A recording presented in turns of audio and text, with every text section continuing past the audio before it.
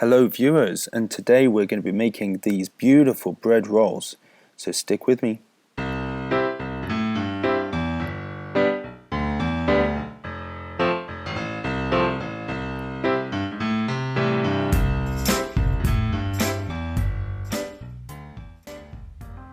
So to make these bread rolls we're going to need some strung flour. This is wheat flour. We are also going to need some salt. This is ordinary table salt.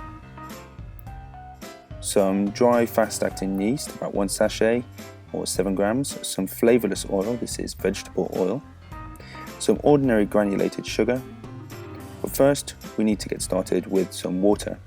Now this needs to be lukewarm water, so add about 2/3 water from the tap and top up with a just boiled kettle to about 300 millilitres. So a good rule of thumb, if you're wanting to make lukewarm water, 2/3 cold to 1/3 just boiling water. That should be warm to the touch. Now we're going to pop our fast-acting dried yeast into the warm water. This is going to start to activate our yeast, and we're just going to whisk this together. Now I like to add my oil to the yeast and water. Just try and keep all the wet ingredients together, with the exception of the yeast, of course. Now let's pop our strung flour into a mixing bowl.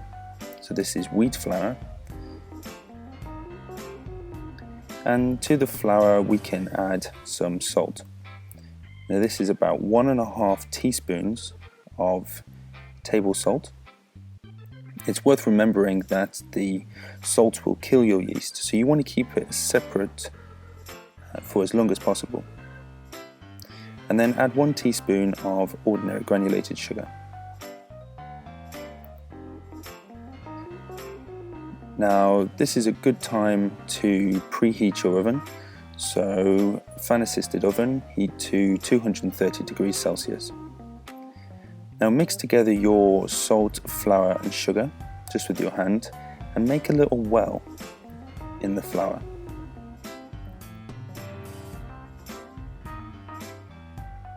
And inside that well, just give it one final whisk, add our wet ingredients, our water, yeast and oil. Make sure you get all the yeast from the bottom of the jug. Now try and keep one hand clean, one hand dirty. And with your dominant hand, just pull the flour in. We're going to start to incorporate the flour into the water. So once you've got the flour starting to come into the water, just move your hand around, bring it all together, pulling from the sides. It's going to be a bit of a sticky mess, but that's okay. That's half the fun.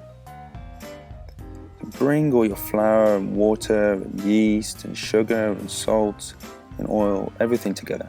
Pick the bowl up, start to bring all of the ingredients together. Now, we can get rid of this bowl now. And holding the dough in one hand, we're just going to lightly flour our surface, not too much.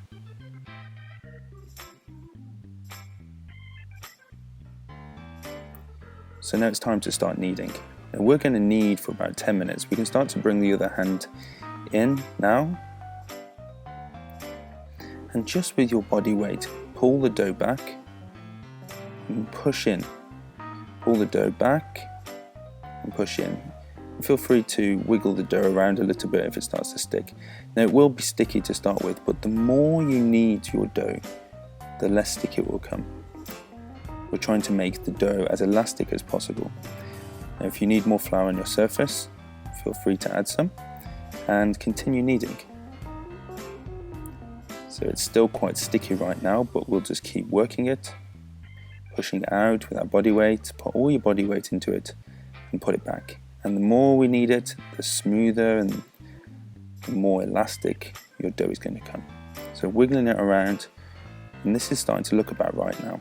So we can put it into a ball. If we poke our finger into the dough, we'll see it come back. Or if we stretch the dough out, you'll see it start to spring back.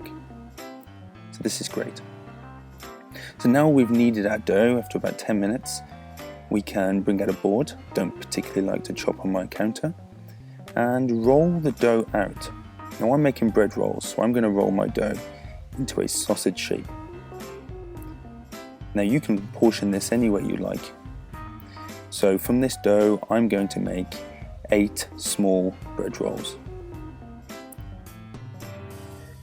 So it doesn't really matter how you cut up your dough, but this way I find works the best for me.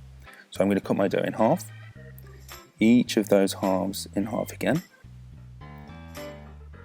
and then each of those halves in half again. So this is going to give me 8 bread rolls. Now you could just as easily cut it into 4 if you want some bigger bread rolls, or into 6 if you want some medium bread rolls. It's completely up to you. Or if you feel like it, you could put the dough in a 2-pound bread tin and make a loaf, or you could shape it into a baguette. Use your imagination. You can do whatever you like. So now we have our portions, we can get rid of this chopping board and bring in a baking tray. Now it's nice if you flour the baking tray. I quite like it when you have a little bit of flour on the bottom of your freshly baked bread rolls. And I'm just going to move this flour around just to evenly distribute. Now with the dough, just shape them into balls. You can do this however you like. You can pick them up and roll them into balls, do it on the counter, however you like, just shape them. You could even make some knots if you fancy. So leave them nicely spaced and cover some cling film, or lightly grease some cling film, just one side. This is going to stop the bread from sticking as we prove. Now remember how we preheated our oven to 230 degrees? That should be a pretty warm place right now. So, a great place to prove our bread rolls. So pop them on top of your oven, or any warm place around your home. Give these about 30 to 45 minutes, or until they've doubled in size. They look delicious already. So we can remove the cling film and just throw that away. Now I like to put a little slit in each of my bread rolls. You don't have to do this, but I like the way it bakes. So every bread roll with a sharp knife, just put a single slit or 2 slits. Again, use your imagination. They're your bread rolls. Now, one thing I like to do is put a spot of flour, a little sprinkling of flour on the top. You could put a milk wash or an egg wash, or you could just leave them plain. It's completely up to you. Now we want to create a bit of steam in the oven, so with a small glass of water, throw that onto a baking tray and put the bread in the oven. Now these bread rolls are going to take about 10 to 15 minutes to bake. After 10 minutes, drop the temperature down to 200 degrees and get a cooling rack. So they should be gorgeously brown now and sound hollow if you tap on the bottom. So put these on the cooling rack and leave to cool.